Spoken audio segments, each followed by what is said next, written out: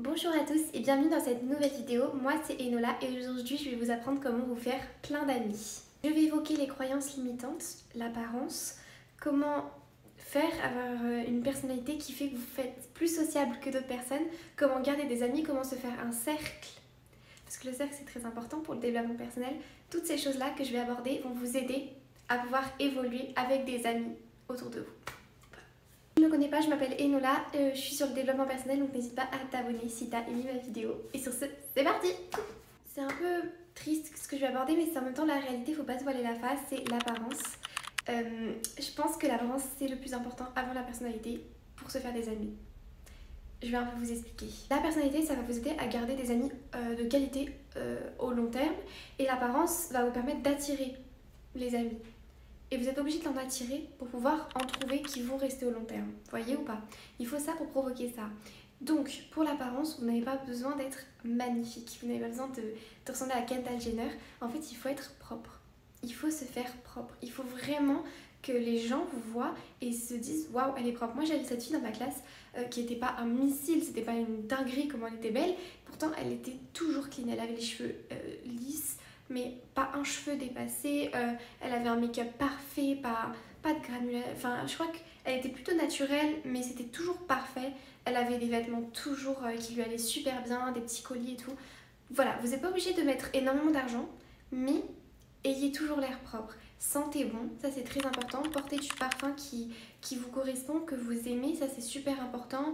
Voilà, portez des petits bijoux, ça c'est super important. Moi, j'ai toujours des bijoux assez discrets mais qui font un peu la différence. Donc voilà, il faut vraiment avoir une apparence clean et propre pour pouvoir attirer les amis avant de trouver son cercle, les amis qui dureront et qui seront les plus importants dans votre vie et qui influenceront le plus votre vie. On dit que nous-mêmes, notre personnalité, c'est la moyenne des 5 personnes les plus proches de nous. Donc les 5 personnes, vous allez réfléchir qui sont les plus proches de vous. Vous êtes la moyenne d'eux, donc vous leur ressemblez énormément sans vous en rendre compte.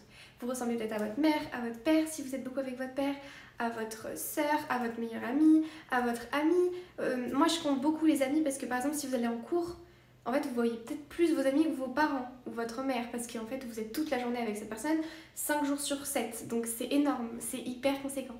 Donc, par exemple, si vous avez 5 amis, vous êtes vraiment la moyenne de ces 5 amis.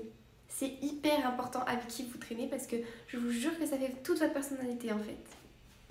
Pour aborder des personnes, je vais vous donner un peu mes techniques. Premièrement, il faut arrêter les croyances limitantes. Je suis particulière, je suis bizarre, elles vont me regarder bizarrement. Ça, vous devez vraiment les effacer. Genre vraiment, vous devez vous dire non, je suis quelqu'un de tout à fait normal, je vais aller les voir, je vais aller les aborder et ça va bien se passer. Et je vous jure que déjà, changer votre mental, ça va changer vraiment la façon dont vous vous présentez. Si vous arrivez comme ça, en disant bah salut tout. Non, vous arrivez comme ça, vous faites salut, ça va. Vous voyez, c'est plus. Donc vraiment, je vous dis votre posture, votre apparence, la façon dont vous y allez dans votre mental, si vous y allez de façon vraiment convaincante en disant ouais je veux vraiment me faire des amis, ou si vous y allez de façon pas du tout convaincante. Je suis vraiment quelqu'un de sociable, j'ai toujours été quelqu'un de très tête solaire, ou vraiment j'ai toujours eu plein d'amis. C'est pour ça que je vous dis ça. C'est vraiment comment vous allez les aborder. En fait, il ne faut pas que vous y allez dans le sens où il faut absolument que je me fasse des amis. Il faut que vous y allez dans le sens où, ok, bah, il y a des filles, elles ont l'air cool, j'y vais. En fait, si vous arrivez, vous dites, est-ce que vous voulez traîner avec moi? Vous voyez, ça va vraiment les reculer. Allez-y, parlez-leur tout simplement. Dites-leur, ah, ça va et tout, vous êtes dans le même collège que moi, le même lycée, etc. Il faut vraiment aller voir des personnes pour qu'elles puissent traîner avec vous. Si vous n'allez voir personne, personne n'ira vous voir. Je vous le dis, c'est vraiment comment je l'ai vécu. Personne n'ira à votre rencontre.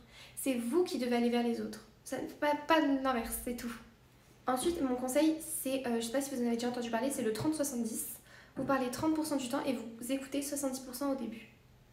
Si vous êtes meilleur ami, ça fait 10 ans que vous connaissez, bien sûr vous pouvez parler. Mais si vous rencontrez une personne, vous devez parler seulement 30% et écouter 70%. Mais je ne vous dis pas entendre, je vous dis écouter. C'est-à-dire, je sais pas, elle vous raconte une histoire qu'elle a vécue, qui n'est pas hyper personnelle puisque vous venez de vous rencontrer, vous devez l'écouter, réagir, avoir des expressions faciales. Vraiment, vous l'écoutez et vous essayez de retenir. Comme ça, la prochaine fois que vous irez, vous parlerez 30%, mais ces 30%-là, vous direz « Ah mais oui, c'est la dernière fois, il s'est passé ça, c'est ça. » Et en fait, c'était l'histoire de la dernière fois et elle va vous dire « Ah ouais, ok. Ok, elle j'aime lui parler, vous voyez. » Et en fait, la plupart des gens font l'erreur de parler énormément d'eux et de pas trop écouter. Et ça, c'est hyper important, vous devez parler que 30% du temps. Seulement 30% du temps. Il y en a beaucoup, elles parlent 60, 65%, 70% que d'elles. Je vous le dis, les gens, ils n'aiment pas ça. Les gens aiment parler d'eux, c'est un fait. Donc si vous allez vers, je sais pas, un groupe de filles, vous parlez quand même. Il faut pas s'effacer, attention, parce que sinon c'est pas bien. Il faut parler que 30% du temps. Donc elle parle, et évidemment tu fais ah mais oui, moi aussi m'est arrivé ça. Hop, on arrête, on les écoute. 30%, 70, 30%, 70. Et au fil d'un moment, vous pourrez agrandir le 30%, 35, 40, 45%. Voilà, quand vous serez plus à l'aise. Donc au début, c'est que 30, 70. J'espère que j'ai été claire. Ensuite, pour exploiter ces 30%, soyez pas une personne intéressée, mais intéressante. Ça, c'est très important parce que vous allez parler que 30%.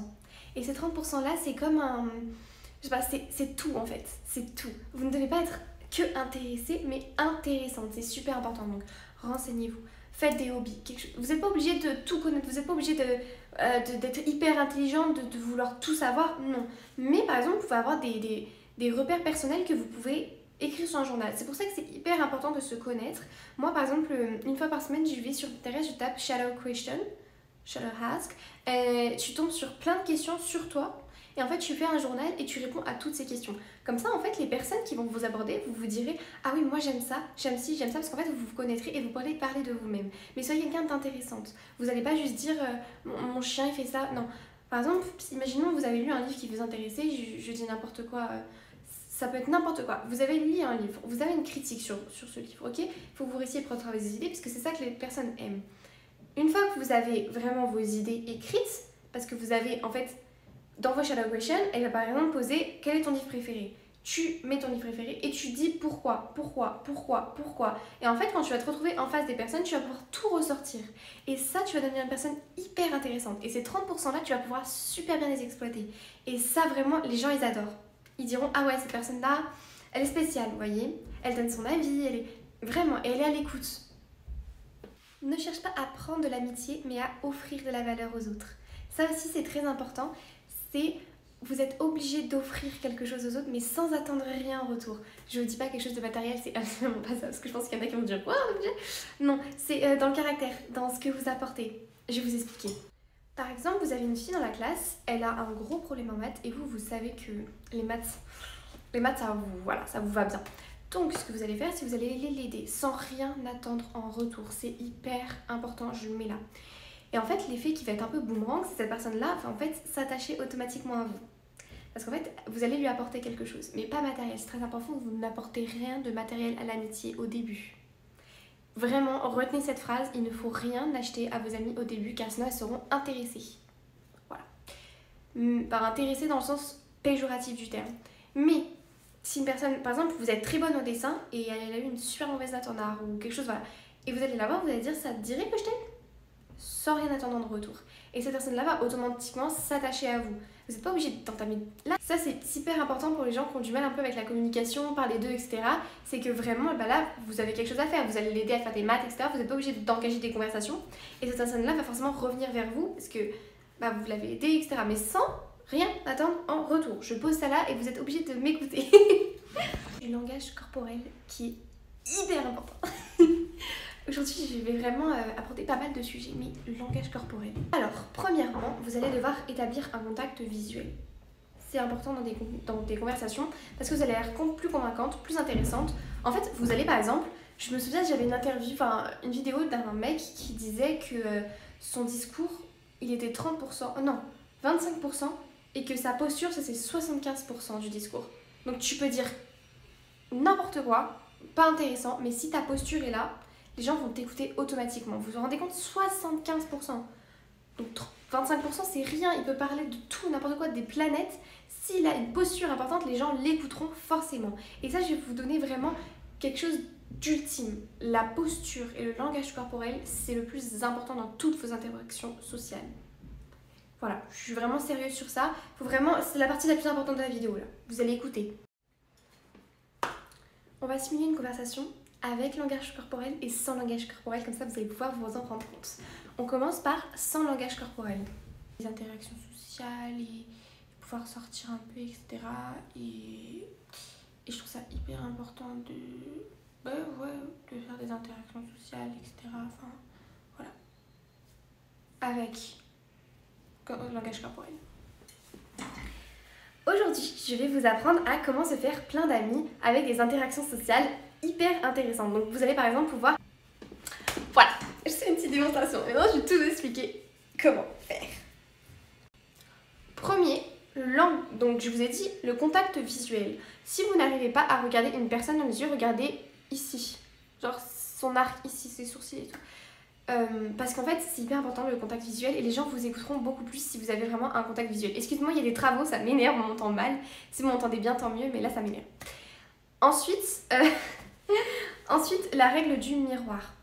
La règle du miroir, c'est que vous allez automatiquement reproduire en fait ce que la personne fait. Faut pas non plus que ce soit très flagrant. Mais par exemple, la personne se tourne d'un côté, bah vous allez vous tourner un peu d'un côté. Si la personne par exemple regarde par là-bas, vous allez hop regarder par là-bas. Et en fait, automatiquement la personne va en fait se dire ah ouais ok elle est vraiment connectée à moi, elle m'écoute quand je parle parce que bah, elle me regarde etc. Et en fait c'est hyper important. Par exemple la personne va regarder d'un coup d'un côté, vous allez faire automatiquement. La personne regarde, hop, voyez ou pas. Et ça c'est hyper important. La technique du miroir, renseignez-vous, c'est vraiment ça marche hyper bien. Et ensuite, la troisième technique que je voudrais mettre en place, que je voudrais vous dire, c'est la posture plutôt fermée ou ouverte.